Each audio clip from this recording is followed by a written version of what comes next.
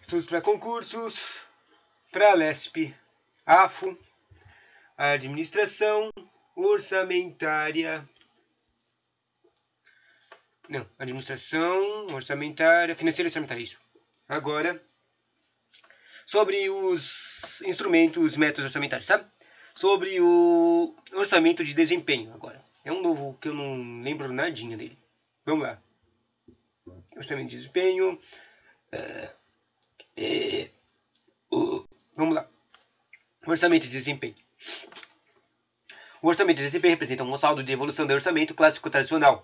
No período em que o orçamento de desempenho foi adotado, aquela noção de que o aumento de gasto público era indesejável para a economia do país já tinha ido para a terra. Isso aí que está falando era uma coisa que tinha no orçamento tradicional. Porque no orçamento tradicional não tinha efeito...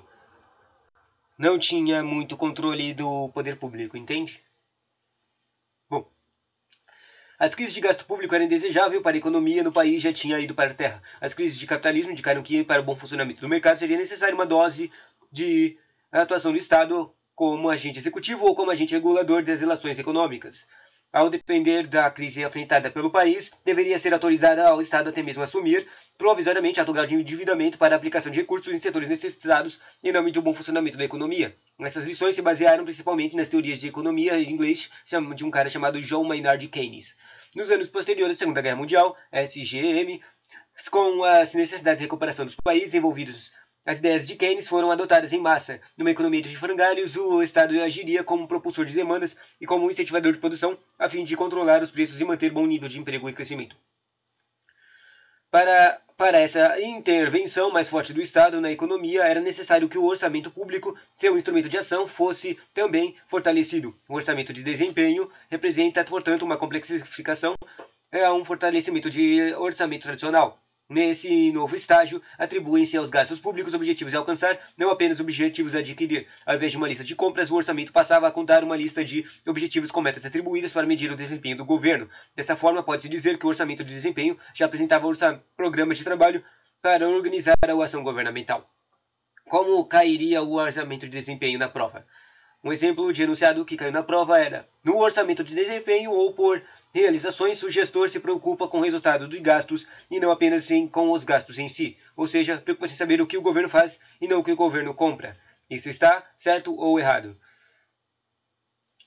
Isso está certo, porque, como a gente viu aqui, ao invés de uma lista de compras, o orçamento passava a conter uma lista de objetivos. Obviamente, isso aqui pode-se dizer nessa frase final aqui, o orçamento de desempenho se preocupa com o que o governo faz, ou seja, objetivos, e não com o que o governo compra, não na lista de governo de novo. No texto aqui que a gente viu, no último parágrafo, novo estágio atribui-se os gastos públicos objetivos a alcançar, não apenas objetivos a adquirir. Objetivos a alcançar, não objetivos a adquirir.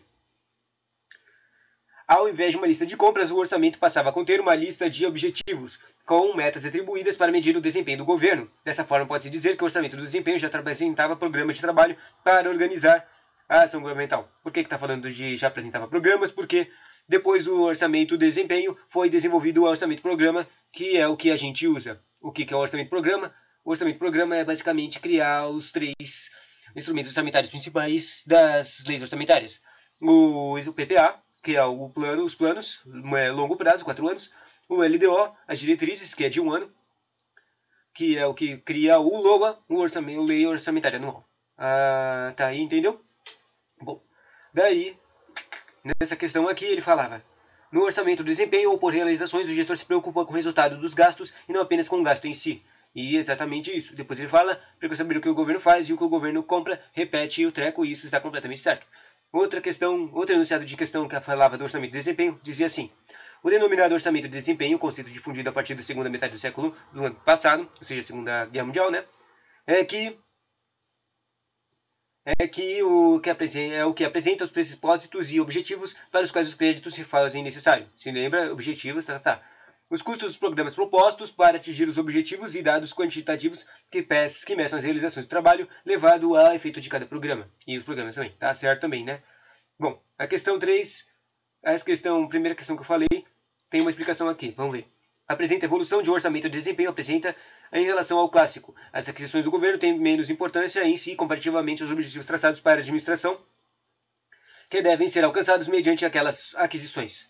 Está certa. E a segunda questão, representa bem as características do orçamento de desempenho, que são os objetivos traçados, os custeamentos de ação e medição de resultados. Está certinho. E assim que a gente entende o orçamento de desempenho, que foi a evolução do orçamento tradicional, que era meio ruim, né? Vamos lá. Assim termina o conteúdo. O próximo conteúdo é sobre o orçamento tradicional.